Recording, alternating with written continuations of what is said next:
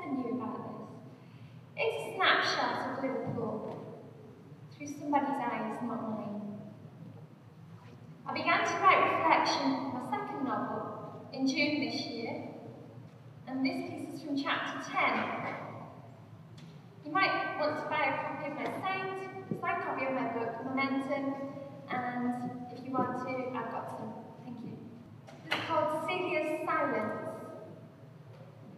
Celia finished assisting the duty consultant and sat quietly reading in a seat at her old friend's bedside.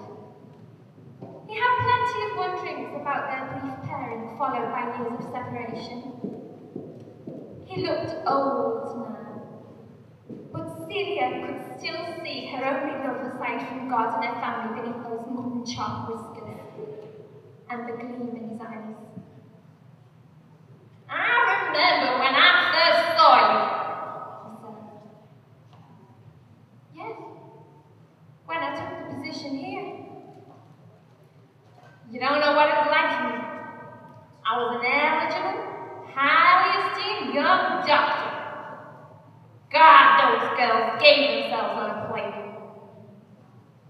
She winced at the word God, as though it was a wound seared when he spoke it. Why did you run off, Celia? You never told me in all these years. But I did. Don't you remember? It was to find my sisters in Liverpool. Celia remembered that it was a grand sailing aboard the steamship. She continued to tell him the story in her mind without using words and without taking her gaze away from him. The medications made the old fool drowsy. I felt important.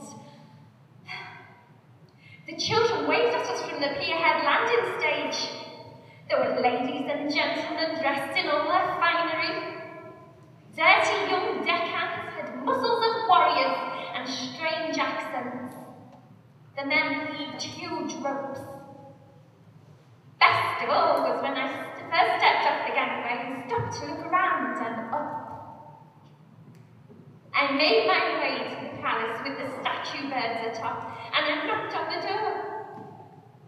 It was late. I knew no one would answer, but I wanted to touch the brass. Liverpool.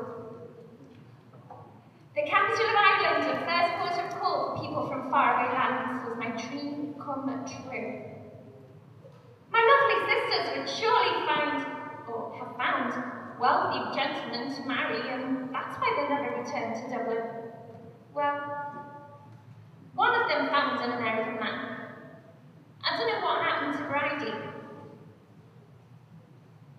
No one does.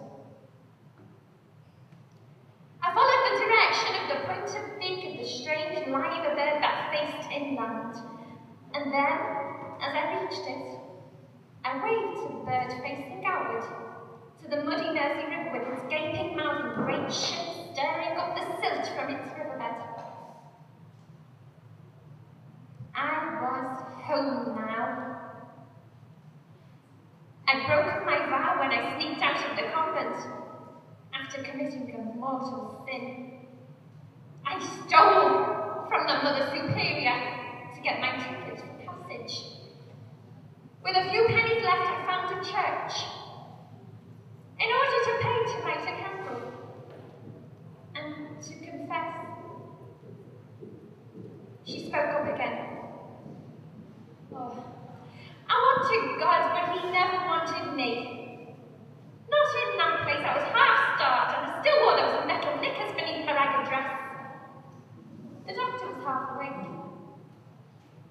Tell me again why you ran from the convent, Celia. I was cross. We were all hungry and our food was slops. I wasn't going to shake the Holy Order with words.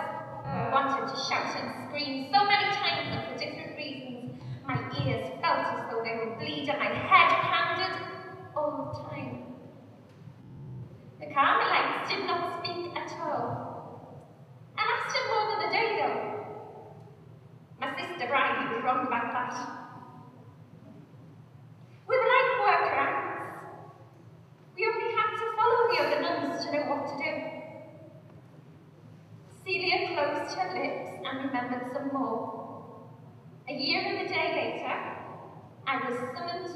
to a room which only the long-serving nuns, the Mother Superior, and the Father could enter. It was during dinner time after Mass. The cleaning of the church had been my original duty. I cleaned the stained glass windows, polished the wood, and I had to shine up the brass. There was a lot of brass, and silver too. I left, not because of my hard graft for God, but because of my audience before the priest and the Mother Superior. You see, they were in a grand dining room and candles were lit all over the place. I was given a note that told, if you can read and write, you are to work in the Eurofund tomorrow. You will be trained to administer to the sick. Kneel if you understand. I knelt, and I made the sign of the cross. I was hungry as always, but I thought they would nod to dismiss me back to the dining hall. Instead, some of the older nuns set a place for me at their table.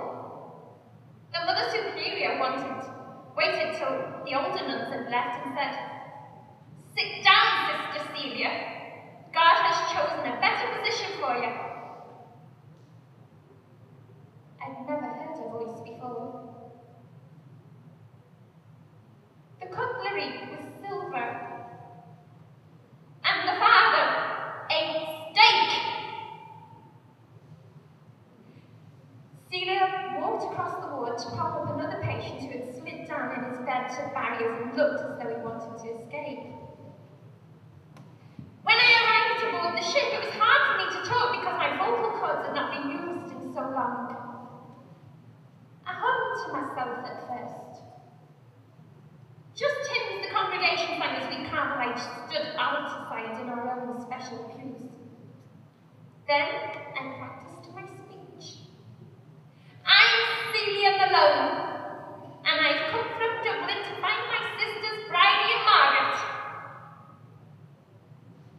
Celia, I'm there to ask, why did you run from me here after you came to America? She spoke gently to soothe him.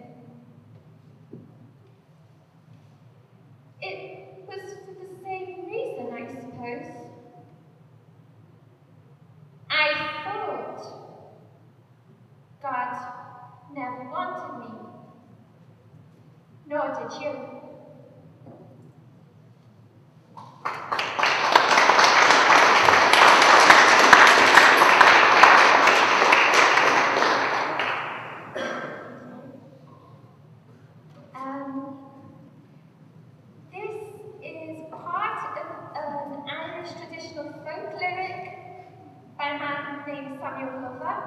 And it's about the water of life, or whiskey. And if you like drinking whiskey here? Yeah! One or two. Anyway, Samuel Lover said, good name, huh? Now learned men who use the pen have written their praises high. That sweet poteen from Island Green, distilled from wheat and rye.